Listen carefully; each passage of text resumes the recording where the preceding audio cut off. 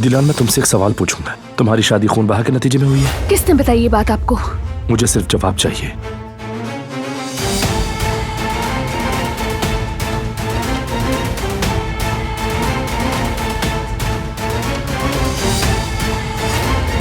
किसने करवाई है शादी? पत्थर के दौर में है क्या? कानून के मुताबिक ये एक जुर्म है और अपनी इस नफरत की दुनिया में अब दिलान को भी घसीट कर ले आए। नहीं होने दूंगा ऐसा। डॉक्टर, काम हो गया तो जा सकते हो। चाहे कोई भी बात हो, आपका दिलान के साथ ये सलूक करने का कोई हक नहीं। चाहे तुम्हें कबूल हो या नहीं, ये मेरी बीवी है। आइंदा मेरी बीवी के आसपास नजर मत आना।